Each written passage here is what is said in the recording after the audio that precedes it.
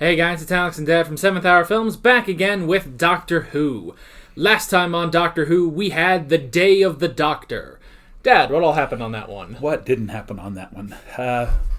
We saw the trailer-ish thing of the War Doctor being created, basically.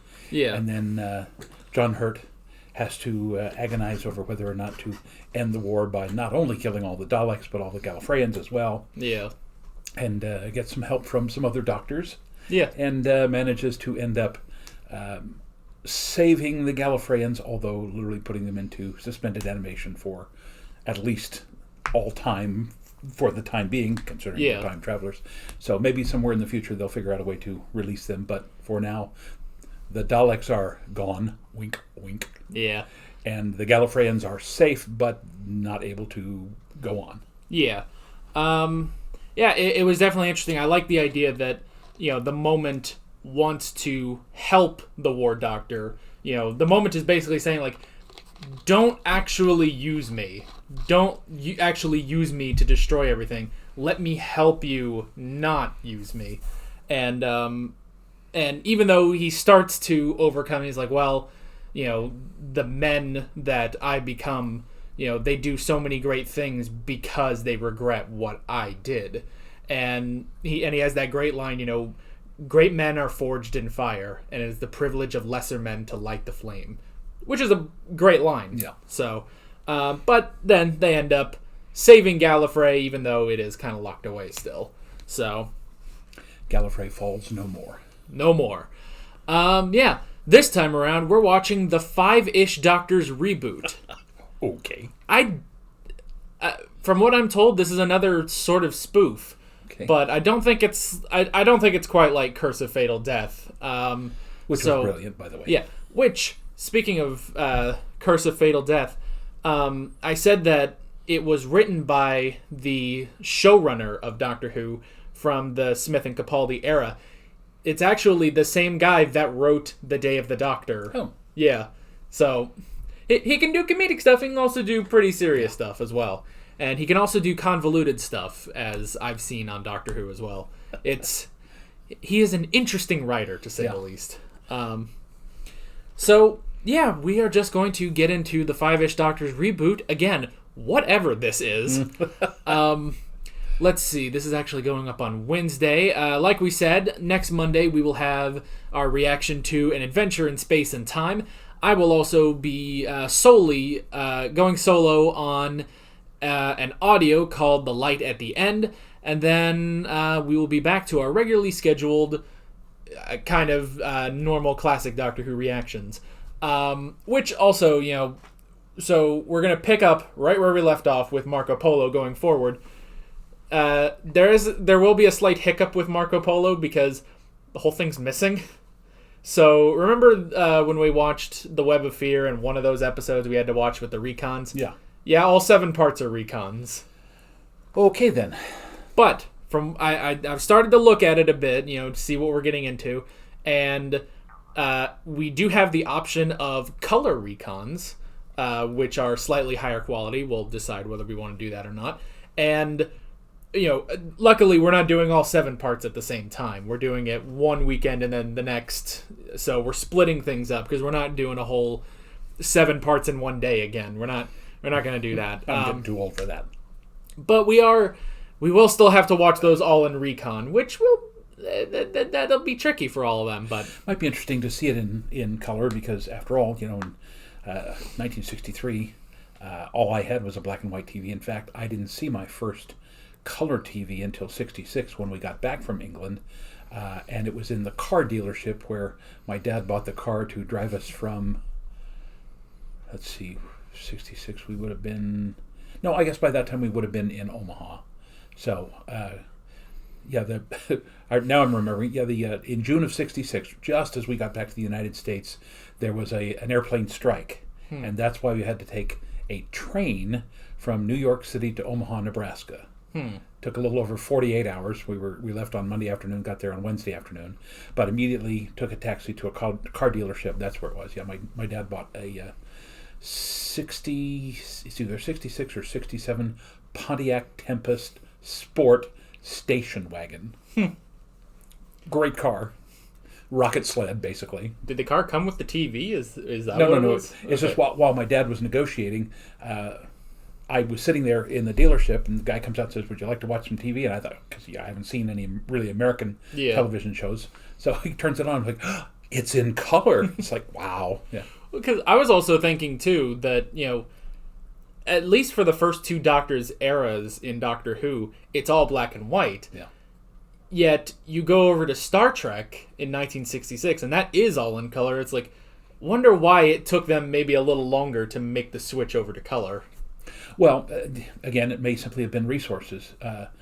Here in the United States, they might have had more people buying colored TVs and therefore wanting to produce more stuff. Because I remember NBC used to come on just before each program and say, the following program is brought to you in living color. Because they were still in that transition in '66. Some of the programs were still in black and white. But I also remember the United States was importing British stuff at that time because the original Avengers with Patrick Macnee, well, not the original. The original was with Honor Blackman. I watched that while I was in England. But the one with, what was her name? Not the third girl, but the second woman who was the one that everybody thinks about because they've forgotten all about Honor Blackman. Anyway, I'll remember at some point. Yeah. Well, that is interesting. So, yeah, we might try the color recons, especially because I think they might be a bit of a higher quality, too. Okay. So yeah, but this time around, we are going into the 5-ish Doctors reboot. So we may as well just get started on that. Might as well. Yeah, here we go. Off to Prague first thing in the morning, and then I'm going to do this series stateside, but I can't really talk about that right now, Nice. Was that Gotham? Maybe. What about the 5 Doctors reboot thing? Yeah, I could get a look in. No, not that I. I'm usually in everything. So I guess it's sort of a behind-the-scenes thing. Is there going to be an anniversary special next year, Dad? Oh, I'm sure there will be. Yeah, but will you be in it? I don't know. Oh, it's I'm Peter sure they'll have Davison. more than one Doctor. So it could just be like Matt Smith and David Tennant. Well, I suppose it could be. Great! Yeah!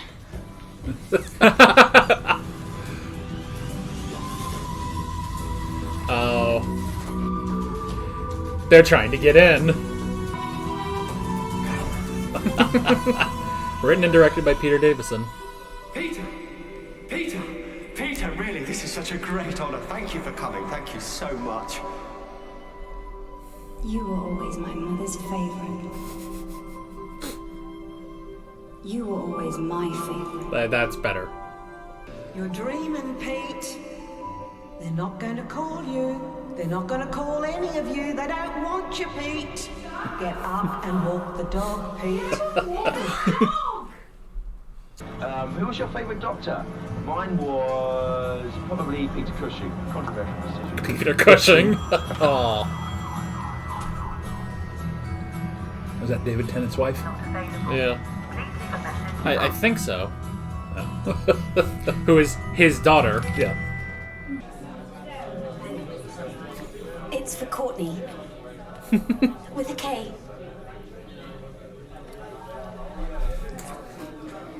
Mr. Davison, are you going to be featured in the 50th anniversary? Next. Yeah, that does have to suck. Tom Baker got in. Production office. Tell him I'm in a meeting and put him through to voicemail. Now then. Where were we?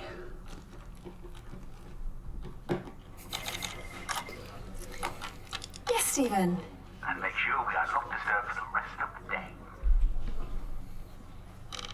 We. And then I could turn up with my celery antidote and save Matt, and then it would... Message deleted. Celery antidote. Oh. I'm afraid I have some very bad news. I won't be in the 50th anniversary special. I know it's a mistake, but somehow I... Right. Reading a script? I was always reading scripts and filming. Always filming. It's probably for TV. I mean, who wants to do TV? It's not like it's a motion picture. Oh, shut up. Excellent, excellent. Oh, listen, by the way, not that I care at all, but you haven't heard from the BBC about that Doctor Who special, have you? Nothing at all. Oh. Oh, no. It's just like the other three. No. No, that's fine. Well, I'll speak to you soon. Yeah, bye-bye. He at least got a mini-sode. That's the same footage.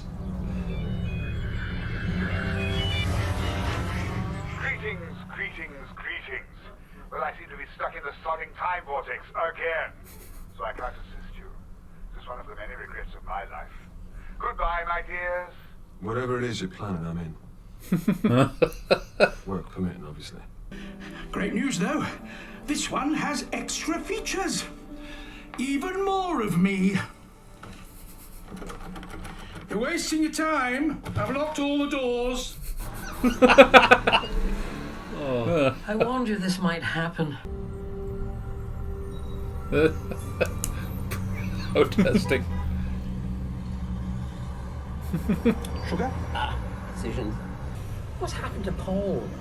Filming commitments. Typical. TV? Don't start.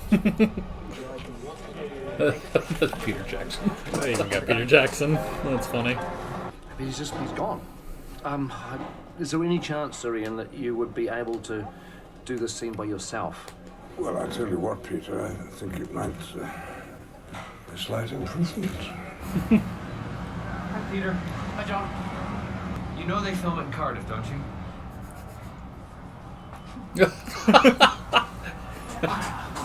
Bugger.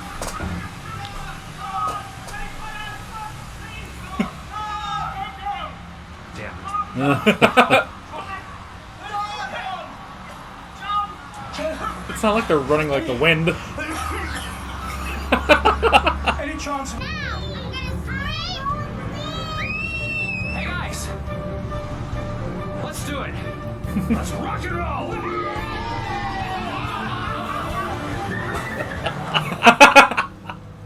Oh. In 2013, he should be filming Arrow. Yeah. What is the point? Why are we doing all this?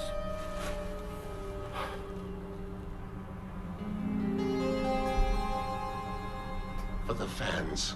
Of course. For the fans. Right. For the fans. I mean, Let's go. to be fair, they weren't invited, but John Hurt was. It's a bit busy, isn't it? I like the old minimalist TARDIS. I don't like all these stairs. Much too energetic. And what the heck are those things? Have they turned it into a helicopter? Right, scene 19. Can we have 3 Daleks on set, please? Everyone involved in scene 19, please make Oh, your way no. to the opening computer. Listen to me. You cannot afford to be late. It's not even You are the lucky correct enough models they to have used. a part in the 50th anniversary special of Doctor Who. Right, that is something that makes you a part of the history of the show. Right, something you will never forget. Do you understand? Any sign of him your end? Hang on, Doug, I'm in the middle of something here. So is that Rosie with an IE or a Y? Oh, that's funny. Touching on it. You can stop now. I think we've got everything. Cut. You have to say cut. Sorry. And cut.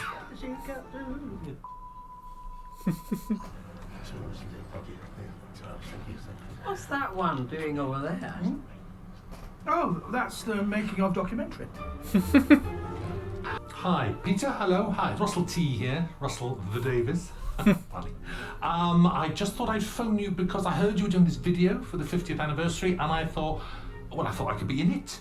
It's the old showrunner. I could have a great catchphrase like, my catchphrase could be Kildamage, like Kildamage, like Kildamage Davros, like, and I could, like, instead of like having a sonic screwdriver. 3 Daleks. Shall we start? Just wondering if we need it. Works just as well without it. And they're going to get cut out. Daleks. We're overrunning by 10 minutes. Oh, yeah. Great, let's cut it then. Oh, Olivia Colman. Oh, maybe there is stuff after the credits. Oh, Zygons, right. Okay, you should be in costume, but probably doesn't matter for this shot. Can you get shrouds for the Zygons? Get the hat off! So, here's take one. Welcome to the Undergallery. This is where Elizabeth I kept all art deemed too dangerous for public consumption. Stone dust. Is it important? 1,200 years I've never stepped in anything that wasn't. What can you tell? From what? The taste. Oh, nothing. I'm just a bit peckish. So maybe they did actually make it. They were clever. They couldn't get in there just once.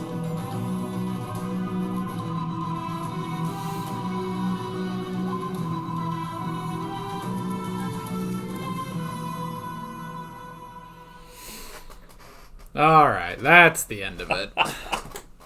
It would be interesting to go back and slow down that cast of credits because there was a lot more people in that than we realized. Yeah, that's true. Because if I recall correctly, the woman that Sean Pertwee was talking to at the beginning would go on to win an Oscar about 2 or 3 years later. I can't remember the name of the film. We didn't see it. But yeah, she was in another BBC production called The Crown, playing the present Queen Elizabeth, but she played like Queen Anne in the one before. So I knew I recognized her, but didn't recognize the name till I saw it there in the credits. So yeah. Okay. that was fun. Yes. And good because we got to get all of them in for the 50th. It's the 50th, and so Davison found a way in there. So that was funny. I do think though they might have missed a perfectly good joke of where's Paul? Oh, he actually got in. They actually let him in to do a mini episode because he did. Yeah. So did Tom Baker, right there at the end as the curator. Yeah, which was funny that they called him and it just cuts to the same archive footage they used last time. Yes. Still stuck in the time vortex, are we? Yeah. That is funny. Of course, the version we saw there had the updated effects. Apparently we don't get the updated effects on any of the things we watch. So it wasn't, instead of just the black triangle, it was like, oh, it's all like CG and fancy and stuff. So, yeah, that was funny. I do like Peter Davison taking advantage of the fact that his daughter is married to David Tennant. So that was funny. So I took down a few notes. I mean, yeah, how do you discuss a spoof like this? But we'll find a way. Also, kudos to Davison for writing it. I mean, it's very funny. Yeah, and I'm sure that a lot of the three of them, improv'd and did some stuff like that. But the premise is really cool because, I mean, that's seriously they've done this same sort of thing with Star Trek and all that others because after a while, when you go to these conventions. I mean, William Shatner famously blew up at a convention once, if I recall correctly. So it's cool to take that and just run with it and have some fun with it like this, and then ultimately to realize that if those are in fact them under those sheets, that would be really cool that they managed to stick them in. Because when those Daleks came by, when they came out, as the Daleks, and it's like those were not the Daleks that were seen in the episode. So the fact that he planned for that, so they got under the sheets in that one in the undergallery scene. That was funny. I did think that there would be maybe a bit more of like the more current Doctors. Like okay, we got the cameo from Matt Smith like in Davison's dream, which was also funny, and we got a little bit of Tennant there. No John Hurt though, which was interesting. Well, now when did they film this? 2013. Yeah. Was he able to do it? I mean, this might have been one like Hartnell where he might have been too ill to do it. Well, I mean, he was still filmed. He was still doing the episode at the same time. So I would imagine they filmed this around the same time that they filmed the episode. So so he probably still would have been good. But yeah, no John Hurt, which again is another joke they could have done. It's like they didn't invite the four of us back. And they brought in John Hurt, who was never a doctor. They retconned him in there. just because they can't get Eccleston back. So, yeah. So, and that was the first note I wrote down is shunned. That they're all shunned from the 50th anniversary. Because, yeah, I've kind of thought, too, it's like, it's interesting that for the 50th anniversary, they don't go all the way back and, like, have it be something to do with the first Doctor or just every Doctor. It's like, no, it's mainly concerned about, this sort of new Doctor Who plotline of the Time War and everything. And that sort of is our plotline for the 50th anniversary, which is like, okay, you'd think you would do something that encapsulates all of it, but it was still a great episode. Again, I mentioned when we did the War Doctor, the 50th anniversary, that someone online had gone through and literally gone back and put all of the Doctors in that, managed to find clips of them that fit in with them all, using their TARDISes at the same time to cause Gallifrey to disappear and then the Daleks to blow up. We're going to have to find that online, and I would highly recommend it because it's really cool to see them all do that. Yeah, and I guess the other thing too is that, it would be cool if you could have put, the three of them in there legitimately, but at the same time, it's like, they're all getting older. Like, it is a blessing that Paul McGann doesn't age that much. Because, when you put him next to the three of them, it's like, it's clear he's gotten a little older since '96, but not a lot. Yeah, like he can still work it. He can still be the Eighth Doctor. Honestly, if they gave him a show, if they gave him just a season as the Eighth Doctor now, he could still do it. Yeah. So they could have done that, but at the same time, it's like, all right, yeah, they're getting older. Which actually, Davidson was in a mini episode with David Tennant, and it was where their two TARDISes accidentally combined, and they bumped into each other while they were trying to fix everything. And he's still older, and the 10th Doctor is like, oh well, you seem really older, everything's sort of sagging, you got gray hair, and it's like, oh well, timey-wimey stuff like that. You'll pop back to normal once we get you back to your era. So, again, another thing they could have referenced, but still, even though we're saying oh, they could have mentioned this and this and this, it was still really great and funny. And there were enough little cameo things like the caretaker that they could have put those guys in just for fun. Yeah. Let's see. Oh yeah, I wrote down Ish, the 5 Ish Doctors. Honestly, it was really the 3 of them. But again, that is sort of like the 5 Doctors where it's like, well, we don't have Tom Baker, we don't have William Hartnell, we have this other guy, so technically it's the 3 legitimate Doctors. They theoretically had 6 because you had the 3 of them and McGann and Matt Smith and David Tennant, so 5-ish is, and then the voice of Tom Baker, so the 8-ish is around there, round up. Yeah, and I did I guess this sort of also plays on the thing with the Day of the Doctor, where it's like the Doctor always works best off of himself, just because it's fun to see how his different personalities interact. It's honestly the same thing here. Even though they weren't playing the Doctor, they were playing themselves. It was fun watching the 3 of them bounce off each other. Yeah. And then, I did write down Tom Baker. They couldn't get him back, or at least that was the joke, that they couldn't get him back for this, even though he was there, he was on set. Yeah. That could have also been funny if they were looking out, they were trying to we got to figure out a way on set, and then they look and he's walking there, he's delivering his lines, and it's like, that bastard got on and didn't take us with him. Let's see.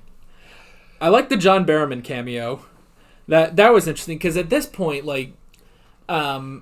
because he was on episodes of Doctor Who, and then he got his own spin-off called Torchwood. But by 2013, Torchwood had been over, and he wasn't really appearing on Doctor Who anymore. So it's just interesting that he is still there. He's still in London for some reason, and he just happens to walk by, I guess. Well, John Barrowman does a lot of stage work, from what I understand. That's true. And as you saw, puts out a lot of CDs because he's a musician, song and dance band. So, but at the same time, he would.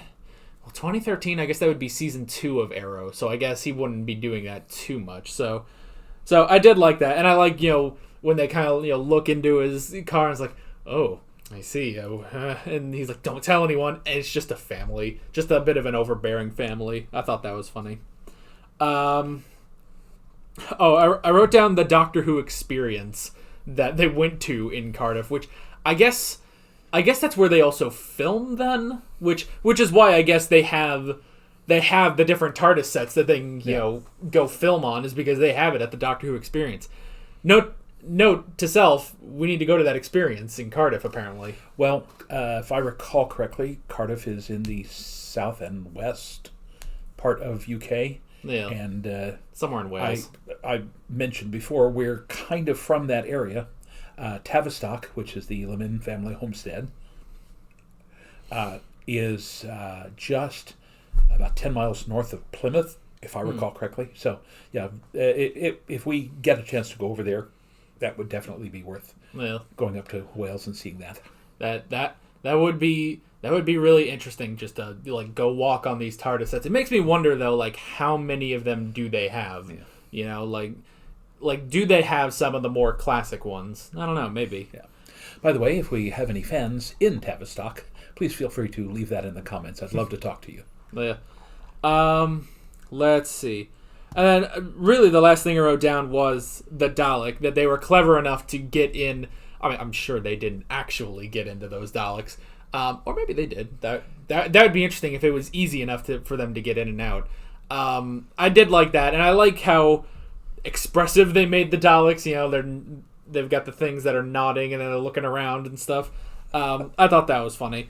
And then, yeah, I do like the twist at the end there, that it's like, oh, well, they did get in as Zygons in the Undergallery, so they just put the sheets over them for that. So, yeah, I'm wondering if that actually did stick. I feel like it would have.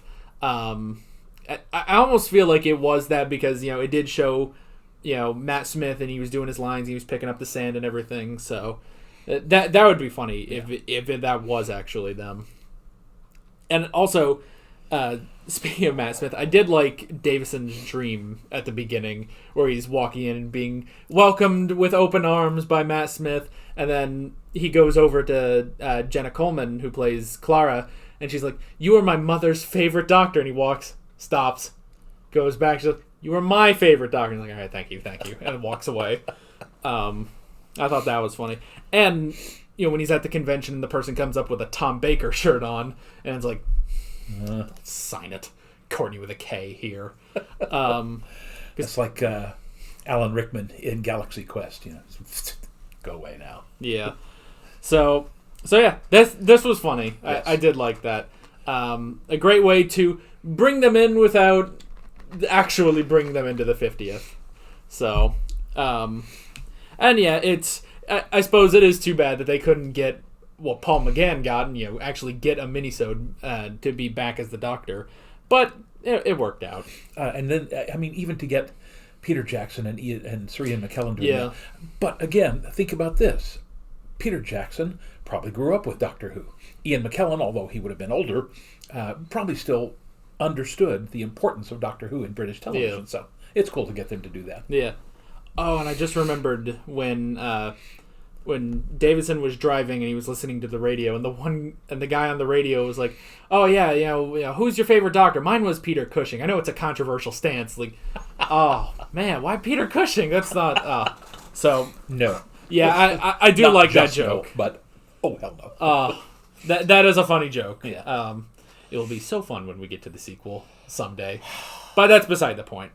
But yeah, this was a fun one. I did really enjoy that. Yes. And next time we'll be moving on to the, I guess, more serious behind-the-scenes look at Doctor Who with an adventure in space and time. So yeah, we will see you guys there. With all that being said, we're Alex and Dad from 7th Hour Films, and we will see you guys next time. Take care. Alright guys, thanks for watching this video. If you want to watch more of our Doctor Who reactions, you can click on the playlist, you can subscribe if you haven't done that already, and be sure you hit that notification bell. You can support me on Patreon and follow me on social media, links below in the description. See you guys later.